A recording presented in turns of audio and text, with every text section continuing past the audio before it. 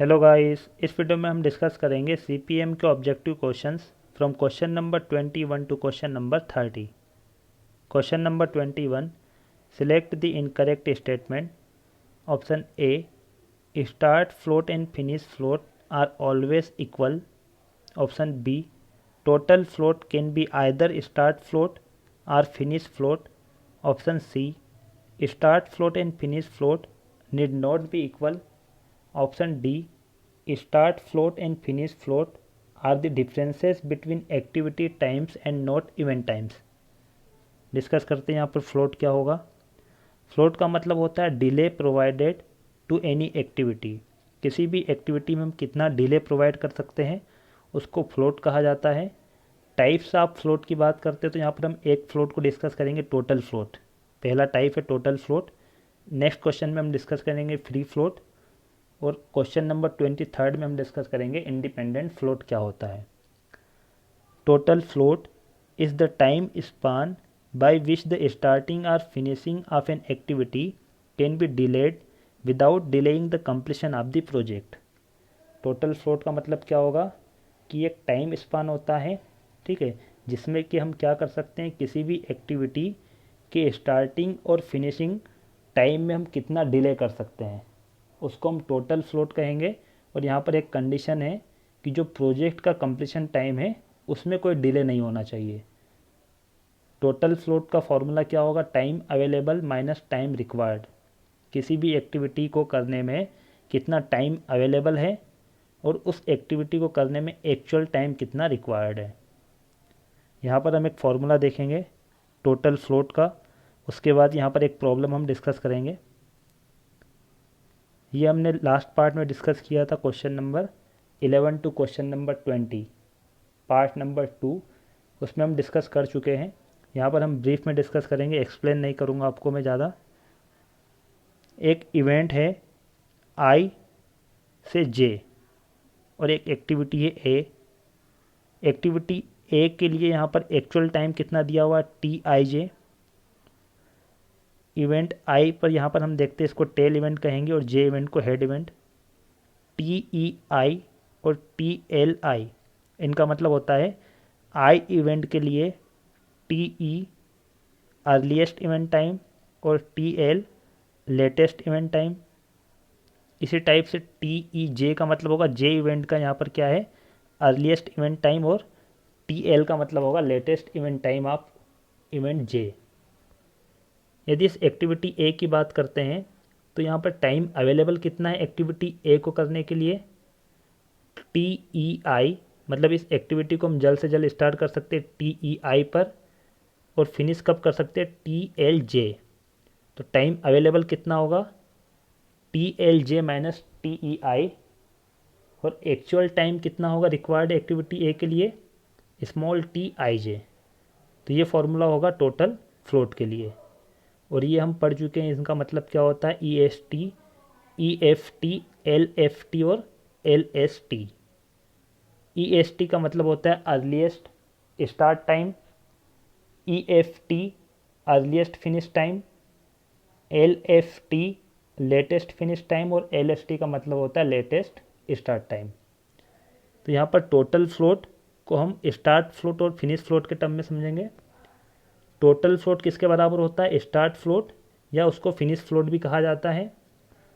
Start float का formula क्या होगा, जो स्टार्टिंग इवेंट है या टेल इवेंट है, ठीक है, उसके लिए जो यहाँ पर टाइम दिया हुआ है लेटेस्ट स्टार्ट टाइम और अर्लीस्ट स्टार्ट टाइम। इसका मतलब क्या होता है कि ये जो एक्टिविटी है, ठीक है, इस एक्टिविटी ए को लेट से लेट हम कब स्टार्ट कर सकते हैं और जल्द से जल्द कब स्टार्ट कर सकते हैं, तो उसका जो डिफरेंस होगा वो कहलाएगा स्टार्ट फ्लोट। और फिनिश फ्लोट का मतलब होता है कि उसी एक्टिविटी को लेट से लेट हम कब फिनिश कर सकते हैं और जल्द से जल्द कब फिनिश कर सकते हैं, उसका जो डिफरेंस होगा वो कहलाएगा फिनिश फ्लोट। इनकी यदि आप यहाँ से वैल्यू रखोगे तो आपको ये फॉर्मूला मिल जाएगा टोटल फ्लोट का। इसका मतलब ये 1, 2 और 3, ये तीनों फॉर्मूले सेम है। तीनों फॉर्मूले किसके, टोटल फ्लोट के। तो यहाँ पर हम देखते हैं option A, start float and finish float are always equal, statement correct होगा। Statement B, total float can be either start float और फिनिश फ्लोट, ये भी स्टेटमेंट करेक्ट है। ठीक है, अब नेक्स्ट हम समझेंगे सी और डी स्टेटमेंट को समझते हैं। सी स्टेटमेंट भी आप यहाँ पर बता सकते हो क्या होगा, start float and finish float need not be equal, तो ये इनकरेक्ट हो जाएगा, इक्वल होंगे वो। Option D, start float and finish float are the differences between activity times and not event times, ये भी करेक्ट है। जो फ्लोट होता है वो किस में डिफरेंस होगा, एक्टिविटी टाइम में डिफरेंस को हम कहेंगे फ्लोट, और जो इवेंट टाइम का डिफरेंस होता है उसको कहा जाता है स्लैक, ये भी समझ लो आप यहाँ पर। स्लैक का मतलब होता है जो इवेंट टाइम दिए गए हैं, यदि हम टी एल माइनस टी ई करेंगे तो वो स्लैक होगा इवेंट आई के लिए। इवेंट जे के लिए यदि हम स्लैक निकालते हैं उसका फॉर्मूला क्या हो जाएगा, T L J minus T E J. अब इस क्वेश्चन को हम एक प्रॉब्लम से समझते हैं, आपको इजी होगा समझना। Event I J, activity B, activity A और एक्टिविटी सी। आई इवेंट पे यहाँ पर टाइम टी ई गिवन है 2, टी एल कितना है 6 डे। एक्टिविटी बी को कंप्लीट होने में कितना टाइम लगेगा, का टाइम रिक्वायर्ड है 5 दिन। जे एक्टिविटी 15 और 20, इनकी मीनिंग आपको पता ही है। और ये हम फॉर्मूले से निकाल लेंगे, E S T, L S T, E F T और L F T. Total float यदि हम निकालेंगे एक्टिविटी बी के लिए तो फॉर्मूला क्या होता है टोटल फ्लोट का, लास्ट क्वेश्चन अभी हमने यहाँ पर समझा था लास्ट स्लाइड में, इस फॉर्मूले का यूज़ करेंगे हम। ठीक है, इस फॉर्मूले को समझेंगे यहाँ पर। एक्टिविटी बी इवेंट आई से स्टार्ट हो रही है, इवेंट जे पे फिनिश होगी। इवेंट आई पे यदि हम देखेंगे अर्लीस्ट इवेंट टाइम कितना है 2 डेज। लेटेस्ट फिनिश टाइम देखेंगे जे का कितना है 20 डेज। इसका मतलब इन दोनों का यदि हम डिफरेंस करेंगे, एक्टिविटी बी को हम स्टार्ट कर सकते हैं 2 पर, ठीक है, जल्द से जल्द हम 2 पर स्टार्ट कर सकते हैं, और लेट से लेट फिनिश कर सकते हैं 20 दिन पर, ठीक है, 20 डेज पर इसको फिनिश कर सकते हैं। इसका मतलब टाइम हमारे पास अवेलेबल कितना है, 2 से लगाकर 20 तक, मतलब 20 माइनस 2 करेंगे तो हमारे पास 18 डेज है। 18 डेज में हम कभी भी इस बी एक्टिविटी को कंप्लीट कर देंगे, ठीक है, वो होगा टाइम हमारे पास अवेलेबल है। और रिक्वायर्ड कितना एक्टिविटी को 5 डेज, मतलब 5 दिन में एक्टिविटी बी कंप्लीट हो सकती है, तो कितना होगा यहाँ पर 13 डेज।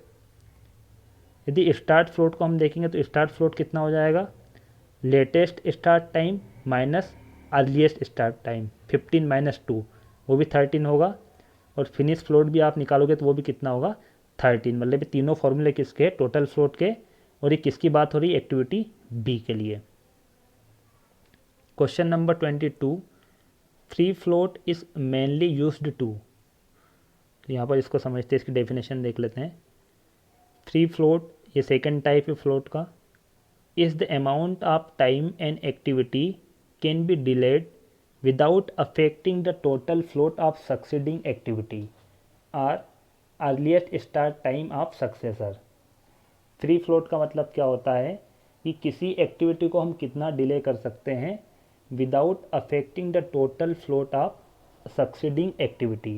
यहाँ पर सक्सीडिंग एक्टिविटी का मतलब क्या होगा, यदि हम एक्टिविटी बी के लिए निकालते हैं फ्री फ्लोट, तो इसके लिए सक्सीडिंग का मतलब इसके बाद वाली जो एक्टिविटी है, एक्टिविटी सी, वो कहलाएगी सक्सीडिंग एक्टिविटी, और एक्टिविटी बी से पहले वाली जो एक्टिविटी होती है उसको हम कहते हैं प्रीसीडिंग एक्टिविटी। यहाँ पर फ्री फ्लोट का मतलब हो जाएगा कि जो सी एक्टिविटी है उसके टोटल फ्लोट टाइम को हम डिले ना करें, ठीक है, सी एक्टिविटी का जो टोटल फ्लोट टाइम है उसको डिले ना करें, तो हम बी एक्टिविटी को कितना डिले कर सकते हैं वो कहलाएगा फ्री फ्लोट। इसका मतलब क्या होगा कि बी एक्टिविटी को हमें क्या करना होगा, जल्द से जल्द कंप्लीट करना होगा। यदि हम बी एक्टिविटी को जल्द से जल्द कंप्लीट कर लेंगे तो सी एक्टिविटी के पास यहाँ पर टाइम अवेलेबल होगा कि सी को हम कभी भी स्टार्ट कर सकते हैं, जल्दी भी स्टार्ट कर सकते हैं और लेट भी कर सकते हैं। किस कंडीशन में, जब बी एक्टिविटी जल्दी कंप्लीट हो जाएगी, जल्दी फिनिश हो जाएगी। तो यहाँ पर फॉर्मूला क्या होगा, फ्री फ्लोट का फॉर्मूला होता है बी एक्टिविटी को हम जल्द से जल्द कंप्लीट कर लें, अर्लीस्ट क्या होगा यहाँ पर फिनिश टाइम माइनस TEI, ठीक है, इसको क्या कहेंगे, अर्लीस्ट फिनिश टाइम हो जाएगा एक्टिविटी का, minus T small T I J. तो ये फॉर्मूला होगा फ्री फ्लोट का, मतलब एक्टिविटी बी को हम जल्द से जल्द कंप्लीट कर लें और जल्द से जल्द स्टार्ट करें। तो कितना होगा 8 डेज, एक्टिविटी बी के लिए कितना होगा फ्री फ्लोट 8 डेज।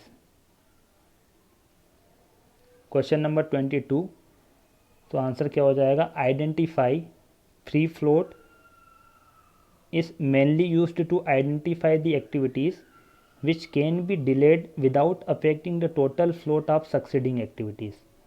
मतलब उसके बाद वाली जो एक्टिविटी होगी उसके टोटल फ्लोट को हम डिले ना करें। और डिले कब नहीं होगा टोटल फ्लोट नेक्स्ट एक्टिविटी का, जब उस एक्टिविटी को टाइम मिलेगा, पर्याप्त टाइम मिलेगा। और उसको पर्याप्त टाइम कब मिलेगा, जब एक्टिविटी बी को हम जल्दी फिनिश कर देंगे। तो सी के लिए दोनों टाइम अवेलेबल होंगे। और यदि हम बी एक्टिविटी को लेट फिनिश करेंगे तो उस केस में क्या होता है, सी एक्टिविटी को भी फिर यहीं से स्टार्ट करना होगा। ये 15 डेज इसके लिए यूज़फुल नहीं होगा फिर। Next question, question number 23, whenever an activity has zero total float then. यदि किसी एक्टिविटी का टोटल फ्लोट जीरो है, इसका मतलब क्या होगा। एक टाइप हम समझते हैं यहाँ पर इंडिपेंडेंट फ्लो।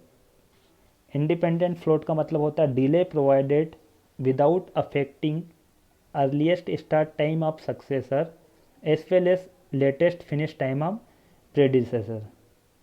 इसकी मीनिंग क्या होगी, यदि एक एक्टिविटी है आई से J, activity B, predecessor activity A और सक्सेसर एक्टिविटी कौन सी है, सी है। यदि इन दोनों के, अभी इसके पहले फ्री फ्लोट में क्या था कि हमें जो सक्सेसर एक्टिविटी है उसके टोटल फ्लोट को अफेक्ट नहीं करना है, लेकिन अब क्या हो रहा है, यहाँ पर जो इससे पहली वाली एक्टिविटी है उसके भी टोटल फ्लोट को अफेक्ट नहीं करना है। मतलब ये इंडिपेंडेंट फ्लो है, ठीक है। ये कौन सा फ्लोट होगा, इंडिपेंडेंट। एक्टिविटी बी के लिए इंडिपेंडेंट फ्लो है, वो सिर्फ बी के लिए है, वो उससे पहली वाली एक्टिविटी या उससे बाद वाली एक्टिविटी को अफेक्ट नहीं करेगा। तो हमें क्या करना होगा, बी को हमें लेट से लेट स्टार्ट करेंगे। तो इससे क्या होगा, यदि बी को हम लेट से लेट स्टार्ट करेंगे तो एक के लिए दोनों टाइम अवेलेबल होंगे। ए को हम 2 पर भी फिनिश कर सकते हैं और 6 पर भी फिनिश कर सकते हैं। और नेक्स्ट यदि सी को अफेक्ट नहीं करना है, इसका मतलब बी एक्टिविटी को हमें क्या करना पड़ेगा, जल्द से जल्द फिनिश करना होगा। इससे क्या होगा कि सी एक्टिविटी 15 पे भी स्टार्ट हो सकती है और 20 पर भी स्टार्ट हो सकती है। तो टाइम अवेलेबल कितना होगा बी एक्टिविटी के लिए, बी एक्टिविटी के लिए टाइम अवेलेबल होगा TEJ माइनस TLI। और एक्चुअल टाइम कितना है बी एक्टिविटी को करने के लिए, स्मॉल TIJ। तो ये कितना हो जाएगा 15 माइनस 6 माइनस 5 किसके बराबर होगा 4 डेज। मतलब बी एक्टिविटी के लिए इंडिपेंडेंट फ्लोट कितना है 4 डेज। तो अब क्वेश्चन क्या है, क्वेश्चन हम देख लेते हैं। When ever an activity has zero total float, यदि किसी एक्टिविटी का टोटल फ्लोट कितना है, जीरो है। तो यहाँ पर हमने देखा है टोटल फ्लोट फर्स्ट वाले क्वेश्चन में कितना था 13, सेम हमने प्रॉब्लम ली थी और हमने निकाला था फ्री फ्लोट, वो कितना था 8। उसके बाद अभी इस क्वेश्चन में हमने निकाला इंडिपेंडेंट फ्लो कितना है 4। इन तीनों को यदि हम कंपेयर करते हैं तो total float greater than or equal to होता है फ्री फ्लोट के, और free float greater than or equal to होगा इंडिपेंडेंट फ्लोट। इसका मतलब ये होता है कि यदि टोटल फ्लोट जीरो होगा तो ये दोनों भी क्या होंगे, जीरो होंगे। Question number 23, whenever an activity है जीरो टोटल फ्लोट, तो इस केस में क्या हो जाएगा, free float and independent float both must be zero. ये दोनों क्या होंगे, जीरो होंगे। Option C is correct. Question number 24, total float for any activity is defined as the differences between. तो ये मैंने आपको बताया टोटल फ्लोट, हमने 3 फॉर्मूले देखे थे टोटल फ्लोट के लिए। तो टोटल फ्लोट किसी भी एक्टिविटी का क्या होगा, total float latest start time and earliest start time, उन दोनों का जो डिफरेंस होगा उसको हम कहेंगे टोटल फ्लोट। और टोटल फ्लोट में भी मैंने आप सबको समझाया था उसको क्या कहा जाता है, स्टार्ट फ्लोट कहेंगे। और फिनिश फ्लोट का मतलब क्या हो जाता है, latest finish time and earliest finish time, उन दोनों का जो डिफरेंस होगा वो फिनिश फ्लोट कहलाएगा। और वो दोनों क्या होते हैं, स्टार्ट फ्लोट और finish float, total float. Question number 24 option B is correct. Option D हम देख लेते हैं। ऑप्शन डी का मतलब होगा, जो ऑप्शन डी आपको दिया गया है वो फ्री फ्लोट के लिए है।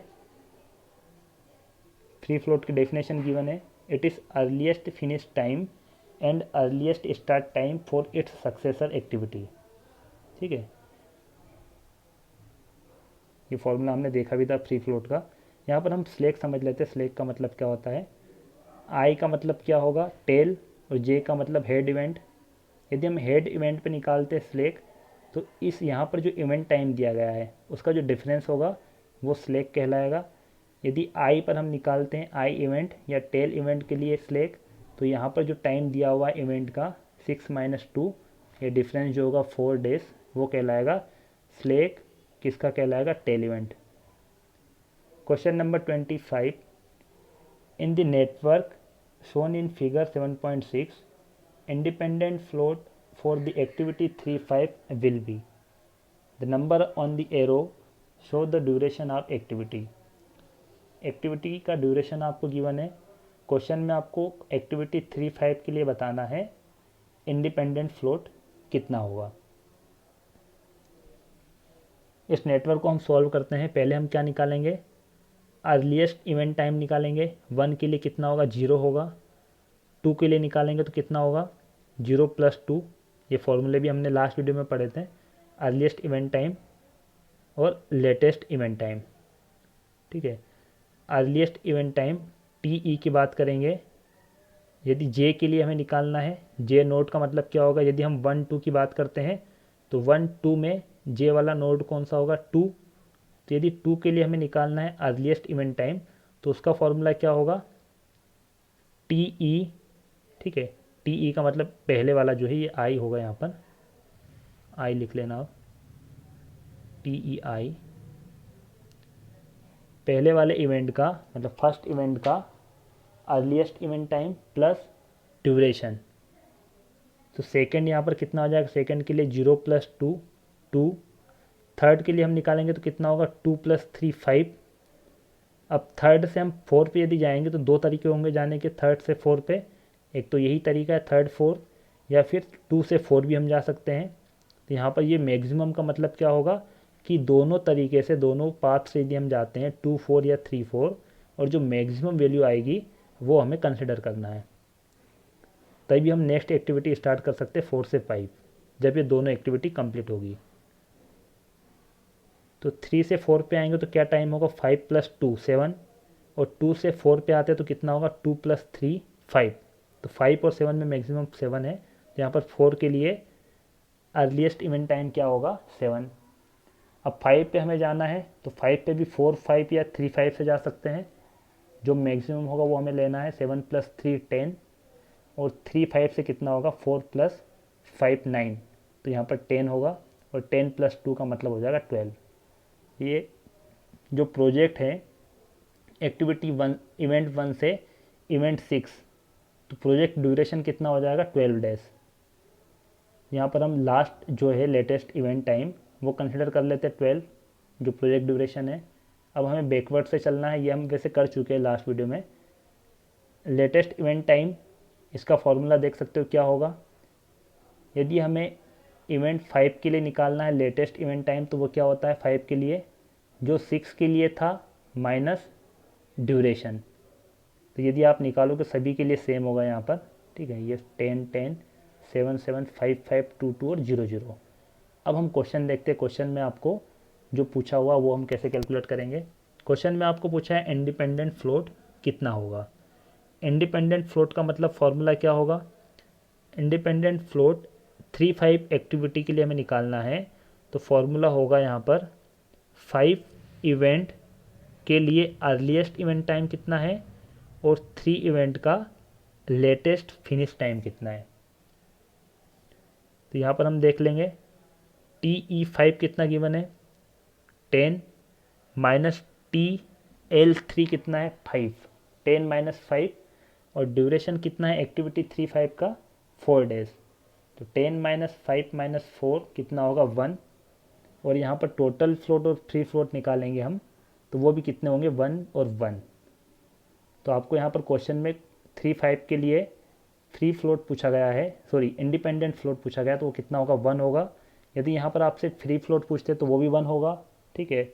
और यहाँ पर यदि आपसे टोटल फ्लोट पूछा जाता तो वो भी कितना होगा 1। Option B is correct.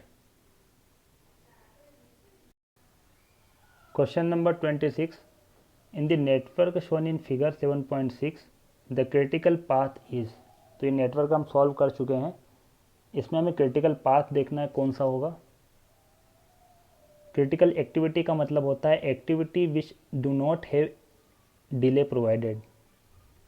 ये डेफिनेशन होगी क्रिटिकल एक्टिविटी, मतलब जिसमें कि हम कोई डिले प्रोवाइड नहीं कर सकते हैं या मिनिमम डिले प्रोवाइड करेंगे, उसको कहा जाता है क्रिटिकल एक्टिविटी।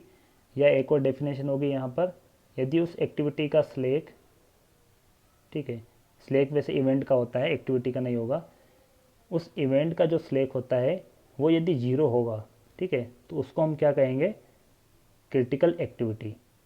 मतलब कोई एक इवेंट है आई और सेकेंड इवेंट है जे और एक्टिविटी है ए, तो इस एक्टिविटी के लिए हम क्या करेंगे दोनों स्टार्टिंग और फिनिशिंग इवेंट का स्लैक निकालेंगे, और वो यदि 0 होगा तो उसका मतलब उस एक्टिविटी को हम क्या कहेंगे क्रिटिकल एक्टिविटी। क्रिटिकल पाथ का मतलब होता है यहाँ पर 3 कंडीशन सेटिस्फाई होना चाहिए, तो उसको हम कहेंगे क्रिटिकल पाथ। पहली कंडीशन है way from initial event to last event. Critical path वह पाथ होता है जो इनिशियल इवेंट से स्टार्ट होगा और फिनिश कहाँ पर होगा लास्ट इवेंट पे। Second condition path with consist of only critical activities, मतलब वह पाथ जहाँ पर सिर्फ क्रिटिकल एक्टिविटीज़ हो। और लास्ट होता है longest path of network, network का वो लॉन्गेस्ट पाथ होगा। ये तीनों कंडीशन जहाँ पर सेटिस्फाई होगी वो हमारा पाथ कहलाएगा क्रिटिकल पाथ। क्रिटिकल पाथ हमें क्या देता है गिव्स प्रोजेक्ट ड्यूरेशन, उस प्रोजेक्ट का हमें ड्यूरेशन भी प्रोवाइड करता है क्रिटिकल पाथ। अब यहाँ पर समझते हैं हम, इसको हम सॉल्व कर चुके हैं। यदि हम स्लैक निकालेंगे तो स्लैक यहाँ पर सभी इवेंट का 0 होगा, इवेंट 1 2 3 4 5 6। 0 कैसे होगा, यदि आप यहाँ पर दोनों को डिफरेंस करेंगे 2 - 2, सेकेंड इवेंट के लिए 0 होगा, थर्ड के लिए 0 होगा। अब हमें यहाँ पर क्या करना है पाथ देखना है कौन कौन से पाथ हो सकते हैं, क्योंकि इवेंट तो यहाँ पर जो स्लैक है वो तो सभी के लिए 0 है, तो जितने भी पाथ होंगे सारे क्रिटिकल पाथ होंगे। 1 2 3 5 6 पहला ये पाथ होगा। सेकेंड हो सकता है 1 2 3 4 5 6, ये वाला पाथ हो सकता है। थर्ड यहाँ पर कौन सा हो सकता है 1 2 4 5 6, ये वाला पाथ हो सकता है। और 1 2 4 3 ये पाथ नहीं होगा, ये गलत दिया हुआ ऑप्शन आपको, क्योंकि ये वापस हम यहाँ पर इस डायरेक्शन में नहीं जा सकते हैं, 4 से 3 की ओर हम नहीं जा सकते हैं, हेड से टेल की ओर हम नहीं जाएंगे। अब हमें यहाँ पर देखना है, पहली कंडीशन तो हमने देख ली है, इवेंट फर्स्ट और लास्ट इवेंट तक हमें जाना है। सेकंड हमने देख लिया क्रिटिकल एक्टिविटीज़। अब थर्ड कंडीशन जो है लॉन्गेस्ट पाथ हमें देखना है, तो वो कंडीशन कहाँ पर सेटिस्फाई हो रही है। हम पहले पाथ के लिए निकाल लेते हैं, first second third fourth fifth. Longest path का मतलब होता है उसका ड्यूरेशन हमें निकालना है, जितनी भी एक्टिविटी आएगी उस पाथ में उन सभी को ऐड करना है। 1 2 के लिए कितना है 2 3 2 3 और 2, तो टोटल कितना होगा 5 10 12। तो जो ए में दिया हुआ ऑप्शन ए है उसके लिए 12 डेज होगा ड्यूरेशन। सेकेंड 1 2 4 5 6, 1 2 4 5 6 के लिए कितना होगा 2 3 3 2, मतलब 10 डेज। ऑप्शन बी के लिए 10 डेज होगा। और ऑप्शन सी के लिए कितना होगा 5 6 11। तो यहाँ पर लॉन्गेस्ट पाथ कौन सा होगा ऑप्शन ए, जिसमें कि 12 दिन लगेंगे। और ये 12 दिन हमें क्या रिप्रेजेंट करेगा project duration. Option A is correct. Option A longest path होगा, और इस पाथ पे जितनी भी एक्टिविटी होगी वो सारी क्रिटिकल एक्टिविटी होगी, ठीक है, और ये लॉन्गेस्ट पाथ है। Question number 26 option A is correct. Question number 27, select the incorrect statement. Incorrect statement आपको पूछा गया है। A critical path always begins at the very first event. Correct होगा, इवेंट जो फर्स्ट इवेंट होता है, इनिशियल इवेंट, वहीं से स्टार्ट होता है क्रिटिकल पाथ। सेकेंड स्टेटमेंट भी करेक्ट होगा, क्रिटिकल पाथ कहाँ पर फिनिश होता है, लास्ट इवेंट पे। Option C, critical activities control the project duration, ये भी ऑप्शन करेक्ट होगा। जो क्रिटिकल एक्टिविटीज़ होती है वो प्रोजेक्ट ड्यूरेशन को कंट्रोल करती है। ये भी हमने लास्ट क्वेश्चन में देखा है, क्रिटिकल पाथ हमें क्या प्रोवाइड करता है, project duration.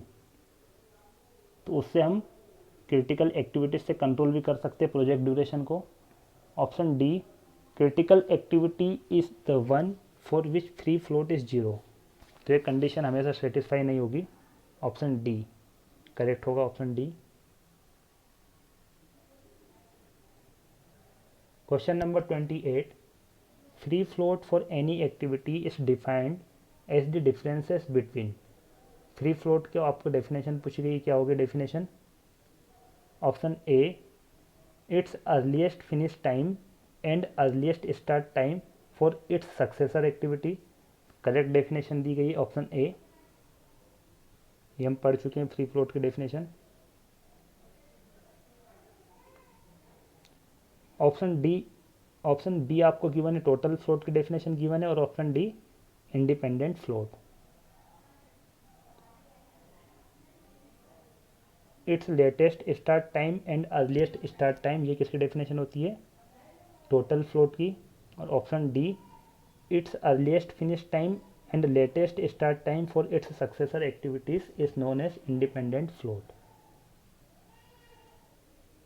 Question number 29, critical path is always longest. Option A is correct. ये देख भी सकते हो, यहाँ पर एक प्रॉब्लम सॉल्व की हुई है। Event first, second, fourth, fifth और एट्थ, ये वाला जो पाथ है ये क्रिटिकल पाथ है, और इसमें जो एक्टिविटी होगी वो क्रिटिकल एक्टिविटी है। इसका ड्यूरेशन भी आप निकाल सकते हो।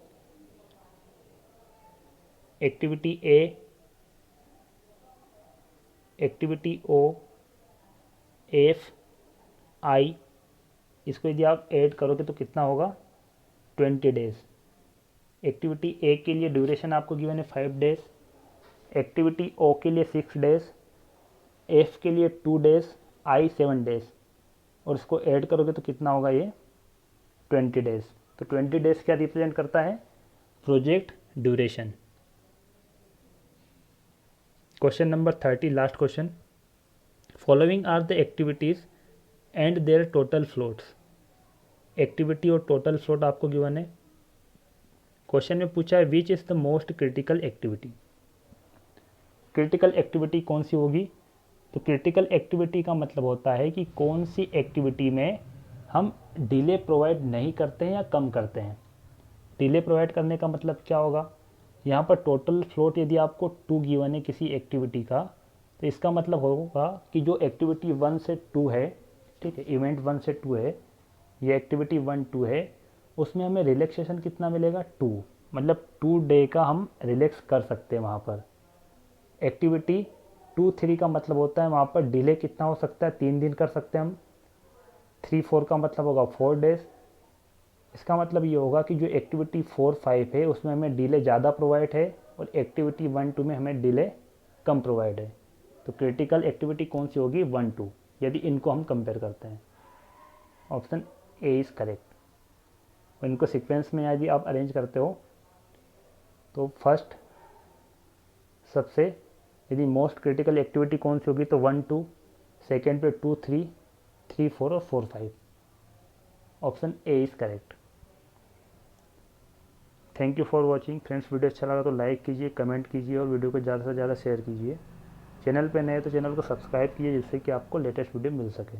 Thank you for watching.